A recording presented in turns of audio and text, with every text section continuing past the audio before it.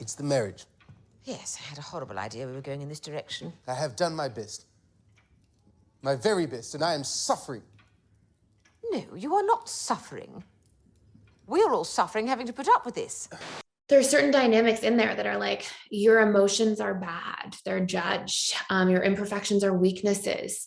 You're shamed when you don't do things as we expect you to, when you don't follow the rules.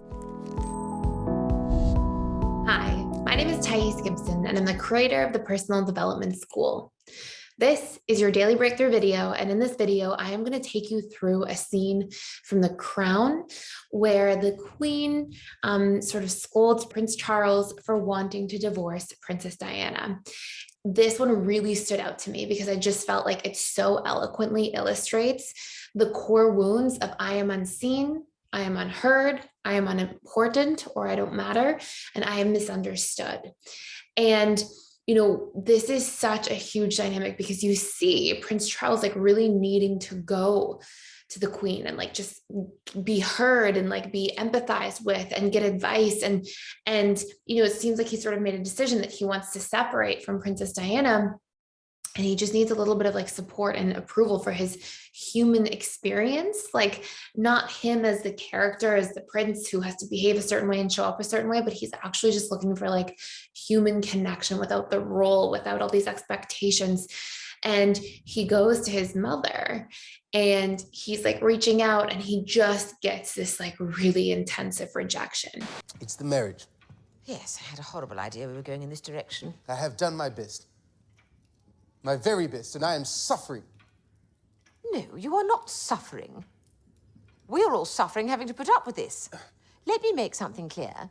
When people look at you and Diana, they see two privileged young people who, through good fortune, have ended up with everything one could dream of in life. And it's so interesting because not that long ago, we put a course out at PDS, and it was all about healing traumatic family dynamics. And we essentially go through in that course and talk about the different family dynamics that exist, some of the major ones that are dysfunctional. And we talked in one of them about the superficial family dynamic. And some of the characteristics of this family dynamic are about, you know, saving face is priority, everything is swept under the rug. And the whole way that the family has learned to relate to one another is through like judgment, expectation, pressure.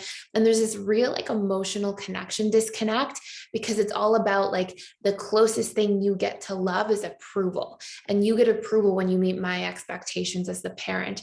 And if you're not meeting the expectations as the parent, you get disapproved of. And so there's this feeling of like on one side, there's an emotional disconnect because even approval isn't love. It's not connection. It's not like unconditional. I see you as you are. I'm here for you despite anything that could be going on. It's like, no, you better be how I expect you to be. And at best you get approval. And at worst you get disapproval, shaming, rejection, all these different things. And watching this clip really like screamed superficial family dynamic to me, following some of those key principles where everything's swept up under the rug, saving face is priority. And there's certain dynamics in there that are like, your emotions are bad, they're judged. Your imperfections are weaknesses. You're shamed when you don't do things as we expect you to, when you don't follow the rules and the sort of rigid structure that's here for you. Now, of course, like we understand and you know, there's certain, I'm sure it's, they're the queen and the prince and, you know, they probably have some hard expectations to go through as a family, but I personally don't think, just from a human perspective, that between the family members, that there's ever an excuse. Like, it doesn't matter if you're the Queen of England, like there's not an excuse to not treat your loved ones like human beings. And the damage is done through those sorts of experiences. It's a very, very damaging form of parenting. You were a spoilt, immature man, endlessly complaining unnecessarily. Married to a spoilt, immature woman, endlessly complaining unnecessarily. And we are all heartily sick of it. All anyone wants is for the pair of you to pull yourselves together, stop making spectacles of yourselves, and make this marriage and your enormously privileged positions in life work. And if I want to separate? You will not separate or divorce or let the side down in any way. And if one day you expect to be king... I do. Then might I suggest you start to behave like one. And so, you know, you see this dynamic here. You can only imagine the suffering. And of course, like, I'm sure there's two sides to things. I'm sure there's pressure and lots of stuff happening from the Queen's perspective in this show as well. But at the end of the day, like, do those things really matter? Or do we, show up to treat somebody like a human being, especially behind closed doors? So, what I want to take away from this video is that there are these dynamics, and we see this here, but a lot of individuals grow up in this family dynamic. A lot of people have different versions of this, and have family members who may just like be like, how you show up matters first and foremost. You have to be perfect. You have to be earning your worth at all times, and we don't see and hear and make space for your emotions or for your uniqueness as a human being. And this really like stood out to me here. And, my heart goes out to anybody who's gone through that family dynamic, because that's a really challenging thing to experience. And there's, certain elements of cruelty that are there, right? Of like emotional cruelty, like not being able to be seen, heard, understood, and like feel like you matter at a human level, right? Especially when you have weaknesses, when you have your bad days. But what I also want to stress here is that there's ways to heal from this. And when we go through healing, so much of how to actually heal from this is healing from the psychological imprints that were left. And it means basically opposing those exact painful imprints that were there to begin with.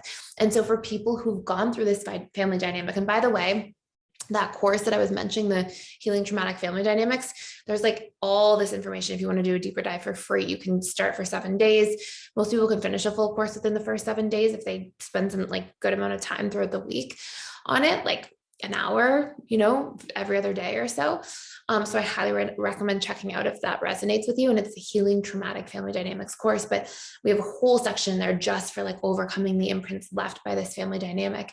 And some of the major things here are, if you were shamed for your imperfections, you have to equilibrate that in your adult life by accepting your imperfections, by having compassion towards yourself, giving yourself a break sometimes, not disowning and rejecting your own emotions like they were rejected for you, but being able to honor them and make space for them and be okay with them existing, and try to build a relationship to your own feelings. Hey, what are they communicating to me? What's going on here? What's making me upset? How can I solve for that?